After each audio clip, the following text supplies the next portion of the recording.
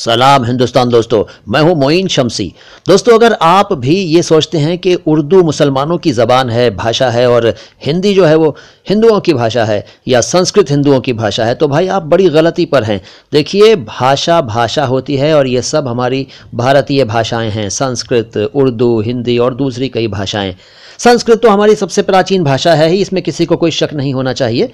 और उर्दू जो है वो 100% भारतीय भाषा है। इस बात को अगर किसी को नहीं मालूम है तो वो जान ले कि उर्दू 100% भारतीय भाषा है, भारत में ही जन्मी है। और ये भाषा बनी है अरबी, फारसी, तुर्की, अंग्रेजी, संस्कृत और दूसरी कई भाषाओं के शब्दों के योग से। और यही हिंदी है, यही उर्दू है। जी हाँ, उर्दू को ही हिंदी कहा जाता था। ये देवनागरी लिपि में लिखी जाने के कारण हिंदी कहलाने लगी और पर्शियन लिपि में लिखे जाने के कारण उर्दू कहलाने लगी।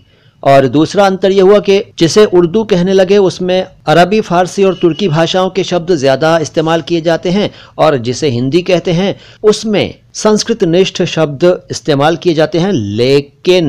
लेकिन हिंदी में भी अरबी, फारसी और तुर्की के असंख्य शब्द इस्तेमाल किए जाते हैं। इसके बारे में मैं इसी चैनल पर एक सीरीज़ आपकी सेवा में प्रस्तुत कर रहा हूं, उसके वीडियोस देखते रहिए, आप बहुत कुछ जान जाएंगे।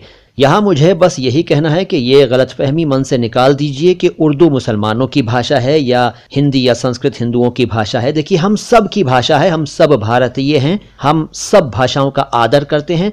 संस्कृत हमारी सबसे पुरानी ज़बान है और इसी से अनेक भाषाएं निकली हैं, इसमें किसी को शक नहीं है।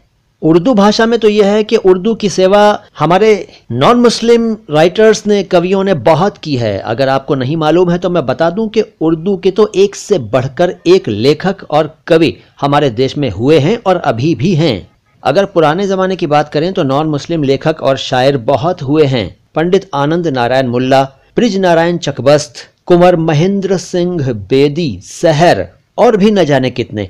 और अगर आधुनिक दौर की बात करें तो गुलजार साहब से तो आप सब परिचित हैं ही। गुलजार साहब फिल्मों में लिखा करते हैं, फिल्में डायरेक्ट भी करते थे, लेकिन सबसे ज्यादा उन्होंने शायरी के द्वारा हिंदी फिल्मों की सेवा की है और अभी भी कर रहे हैं। गुलजार साहब नॉन मुस्लिम है, ये आप में से ज्यादातर लोग जानते होंगे। इसके अलावा एक गुलजार देहलवी साहब हैं, दिल्ली में रहते हैं, काफी बुजुर्ग हैं, जबरदस्त शायर हैं गुलजार देहलवी साहब, तो वो भी नॉन मुस्लिम हैं। इसके अलावा भी बहुत से हमारे नॉन मुस्लिम भारतीय हैं जिन्होंने उर्दू की सेवा की है और अभी भी कर रहे हैं। देखिए, उर्दू का एक अखबार आता है जो कि इस वक्त भारत का सबसे बड़ा उर्दू अखबार है, इनकलाब। वो जानते हैं कौन निकालता है, किसका प्रकाशन है? वो दैनिक जागरण समूह का प्रकाशन है।